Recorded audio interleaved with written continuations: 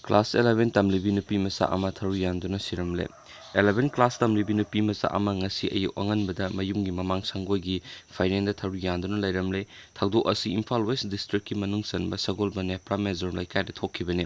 Laibak thiba thagdo aduda laikhidrabi nupi masa adugi mamingna Kaithelakpam Thambalaima Elias Mathoi sahi taraga apopa ke eboton kawi yumgi mamang sanggoida Thauri yanduna siraga lairambadu imung manungi miyoisingna hana thengnarakpane.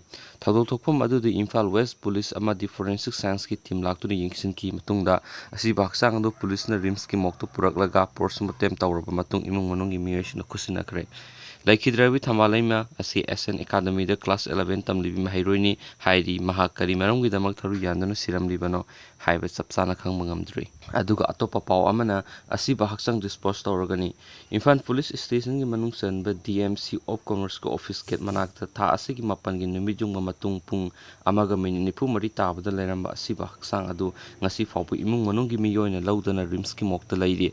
Imphal Police na asiba haksang adu imung manungna ngasi ayu fawbada lauradrabadi logi matung inna municipality da sinaraga mathau mangam pangtholagani hairi.